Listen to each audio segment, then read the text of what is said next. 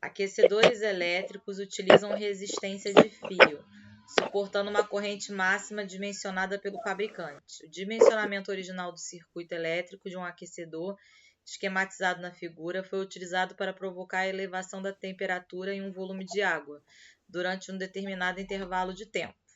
Então, aqui, ó, um circuito fechado, a gente sabe que a corrente é 4 amperes e que a resistência é 40 ohm. Não me deu a voltagem, mas pelaquela fórmula U igual a RI, a gente consegue descobrir. Aí ele fala, caso se pretenda utilizar uma tensão de 250 volts, o circuito precisará ser redimensionado para garantir o correto funcionamento do aquecedor. A corrente deve ser mantida, considerando-se o aquecimento do mesmo volume de água na mesma temperatura durante o mesmo intervalo de tempo. Nesse redimensionamento, deve-se acrescentar um resistor de quantos ohms? Então, o que acontece? O que ele está falando? Ele está falando que aqui tem uma DDP. Só que ele quer botar uma DDP de 250 volts. Então, para o sistema aguentar isso, ele tem que aumentar a resistência. E aí ele está perguntando quanto que ele tem que aumentar essa resistência para que o circuito aguente, mantendo as mesmas características de antes.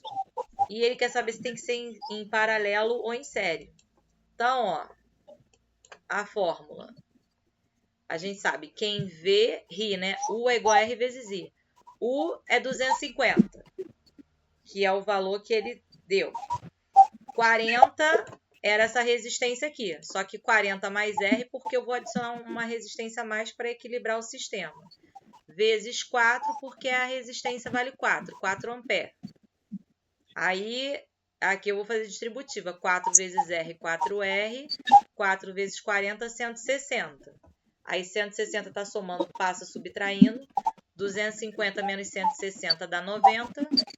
Aí 4R igual a 90, o 4 está multiplicando, passa dividindo. E o 90 dividido por 4, 22,5 ohms. Pode, volta lá. Pode colocar 40 vezes 4, 40R vezes 4, Então, vai dar a mesma coisa. Se você né? botar 40 vezes 4, vai dar 160. Pode. Só que isso é a DDP atual. Ele quer a DDP que eu tenho que colocar uma resistência a mais. Então, você poderia fazer desse jeito. Aí ia ficar 250 menos 160. E aí, isso aí vai ser igual a uma resistência R a mais que você adicionou, vezes 4. Entendeu? Entendi. É a mesma coisa, você está fazendo do mesmo jeito. Você ia achar 160, ia botar 160 igual a 4R. Aí você ia achar R igual a 22,5 da mesma maneira. E aí aqui é em série, não é em paralelo. Porque se a resistência, tá vendo? Tem duas com a 22,5. Se fosse em paralelo, é uma bifurcação. A linha abre em duas, aí enfraquece. Uma linha só em paralelo vai tudo junto. Tá bom? Tá bom. Aí vamos aqui. Vai ter umas questões aqui de uma parte de química. O que eu fiz? Eu misturei as questões, tá? Tá misturado física com química. Porque eu peguei o Enem do ano passado, as questões, e misturei. Porque é assim que vai estar na prova, né? Então, olha só. O titânio, essa questão é de química, é encontrado na natureza em minerais, dos quais o rutilo, aí tá falando, o rutilo é esse elemento aqui, TiO2. Então, é o titânio com 2 oxigênios. Ele é um óxido, né? Está presente na principal mina do Brasil, localizada no Rio Grande do Norte. Para a obtenção do titânio metálico, o TiO2 é submetido a 2 operações industriais. A primeira consiste na cloração, produzindo tetracloreto de titânio. Então, ó, pegou esse rutilo, juntou com cloro, mais gás carbônico, liberou esse tetracloreto de titânio que ele falou, mais gás carbônico. Aí tem uma outra operação. A segunda operação consiste na redução do tetracloreto de titânio, usando magnésio metálico. Então, magnésio metálico é esse Mg aqui, que está sozinho. Mais o tetracloreto de titânio vai dar o dicloreto de magnésio mais o titânio sozinho. Aí aqui, quando ele fala considere as massas molares, ele está te dando qual é a massa desses elementos na tabela periódica. Se você olhar lá na tabela, o cloro é 35,5 e o titânio é 48. Esse G/mol a gente não vai entrar na conta, mas quer dizer que a cada 1 mol tem 35,5 gramas de cloro e a cada 1 mol tem 48 gramas de titânio. Aí ele pergunta, qual é a massa de gás cloro necessário para produzir 480 quilos de titânio metálico? Vamos lá. Quem é o... Eu tenho que, primeiro, assim, reconhecer quais são as informações que ele está usando. Né? Ele quer o gás cloro, então ele quer o CO2 para produzir titânio metálico, que seria o TiCl4. Aí a gente vai criar uma regra de 3. Ó. O cloro tem massa Cl2, é 2 cloros, então 35 mais 35,5, 71. Aí copiei aqui as reações, tá vendo? Eu tenho duas reações lá. Aí o que acontece em química? Quando eu tenho duas reações e do lado direito tem o mesmo elemento do lado esquerdo, eu posso cortar elas. É como se fosse o método da adição. Que quando é mais ou é menos, a gente corta. Então, em química, quando você tem essa setinha aqui, é após a reação. Então, se um elemento está depois da reação e o outro está antes, eu posso cortar eles. Por isso que aqui está sendo cortado. E aí ele juntou todo mundo, ó. TiO2 mais 2Cl2 mais 2CO mais 2Mg setinha, com todo mundo tá do outro lado. 2MgCl2 mais titânio mais 2CO2. Aí agora eu vou fazer a regra de 3. 2 mols de Cl2, que é o cloro, então 2 vezes 71, está para 48 gramas, que foi a massa que ele me deu aqui, ó, de titânio, tá vendo? 48, daqui que ele tirou. Assim como X quilos vai estar para 480 quilos. Aí multiplica cruzado. E aí essa multiplicação vai dar 1420, que é a letra E. Então ficaria 48x igual a 2 vezes 71 vezes 480. Aí o 48 ia passar dividindo e ia dar isso. Foi? Foi. Essa aqui eu vou diminuir. O ouvido humano apresenta algumas características interessantes. Uma delas é que existe uma intensidade mínima ou limiar de audibilidade, I0, ou IO, abaixo da qual o som não é audível. O nível de audibilidade é a grandeza que quantifica a audibilidade, sensação, e a sua unidade é o FON, medido em decibéis, dB. O gráfico contém em escala logarítmica curvas de igual audibilidade, isto é, cada curva representa uma mesma audibilidade para diferentes frequências. Aí eu vou dar um zoom aqui para a gente ver, ó. Ele me deu, ele me deu a frequência em Hertz e me deu os decibéis. Então, quando eu estou em 20 Hz, as frequências aqui, ó, os negócios são quase todos da Provi, né?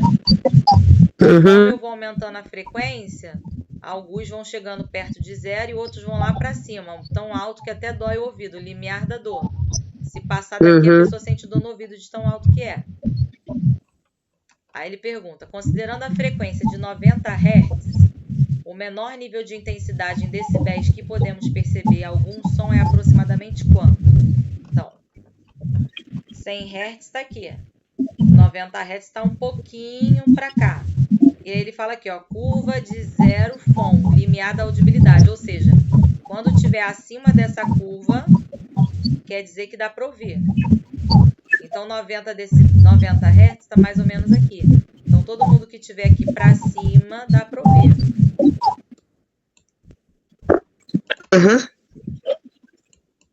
E aí, eu vou olhar aqui, ó. Quem é que está aqui acima? É essa curva aqui de 10 fons. Uhum. E ela tá onde aqui no eixo Y? No 30, tá vendo? Uhum. Ela é a primeira curva em cima da curva que é audível, ou seja, que dá para ouvir. Essa curva que está com a setinha é a partir daqui que dá para ouvir. A primeira curva que tem depois dela é essa aqui que está escrito 10 fons. E ela aqui na vertical é 30, entendeu? Entendi. Não é para fazer conta, é Eu sei. interpretação de gráfico. Uhum.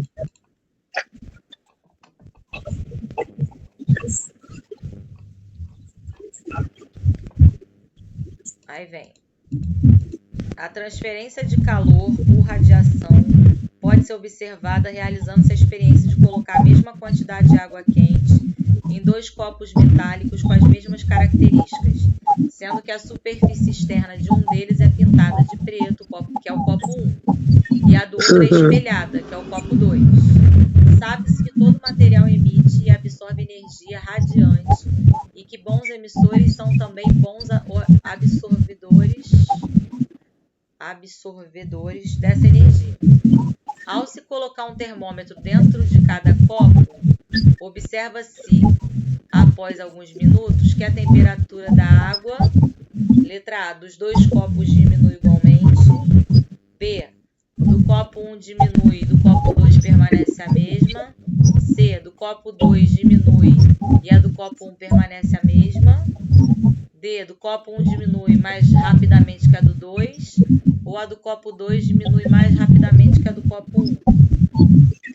Quando eu tenho um copo pintado de preto, ele absorve mais calor, que é a questão da cor. Se eu usar uma blusa branca, ela vai passa todas as cores pela luz branca, que é a blusa branca. Já se eu usar uma blusa preta, eu vou ficar morrendo de calor, porque a cor preta absorve todo o calor do sol. Uhum. Então a ideia aqui é isso: o copo que é preto, ele vai absorver mais energia, mais calor. Uhum. Então o que vai acontecer com ele? A temperatura do copo 1 diminui e a do 2 permanece a mesma. Quando fala que diminui, quer dizer que fica mais quente. Uhum. Tá bom? Tá.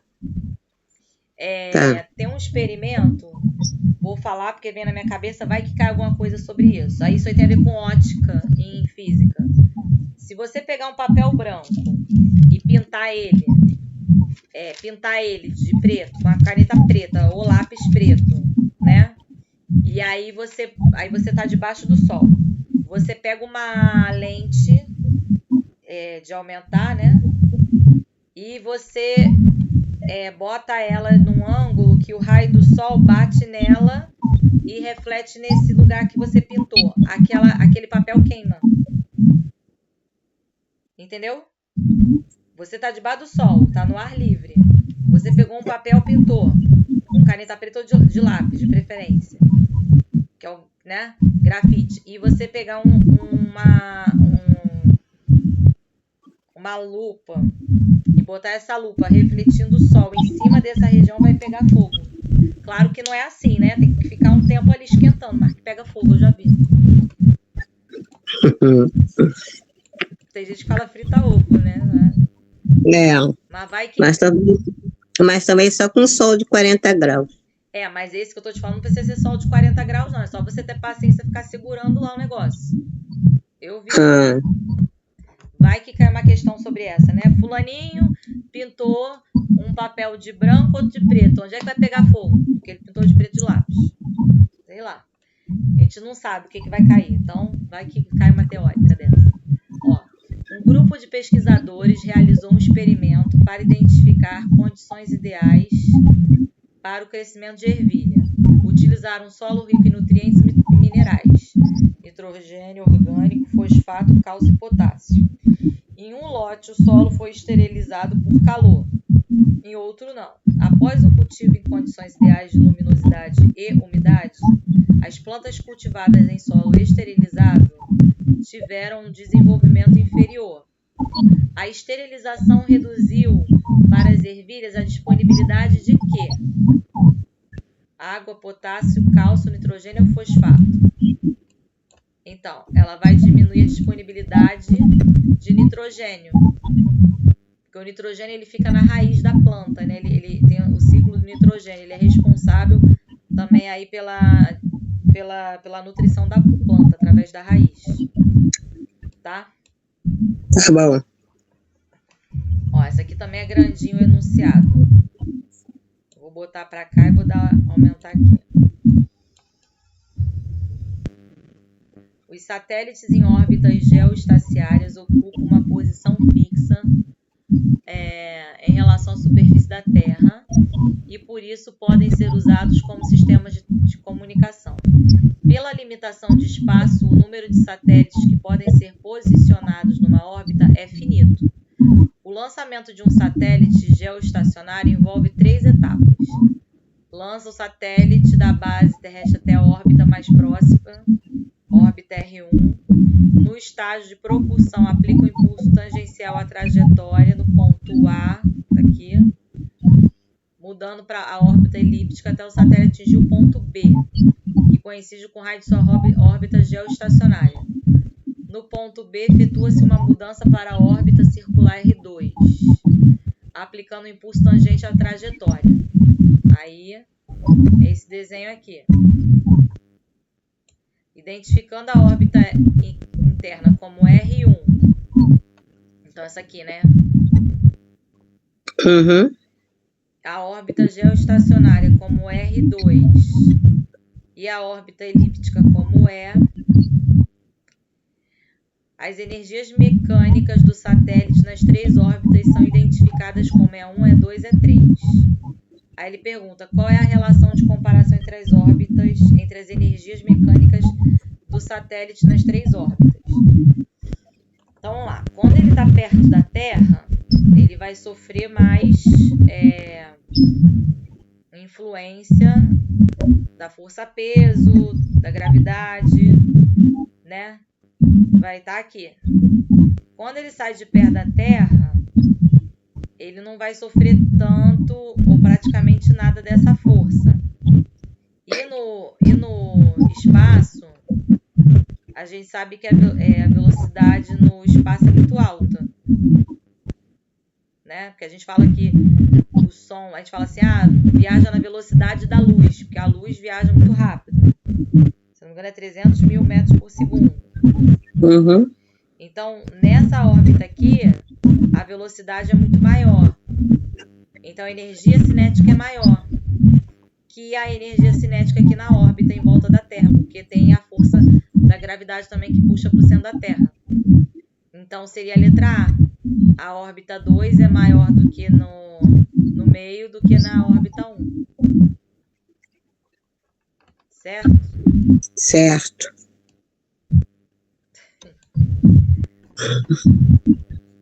Tá rindo?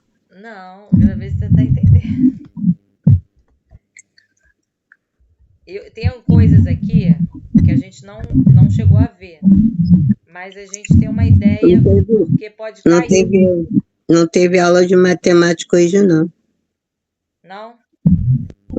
Uma notícia para você. Ela disse que a aula de matemática vai ser amanhã.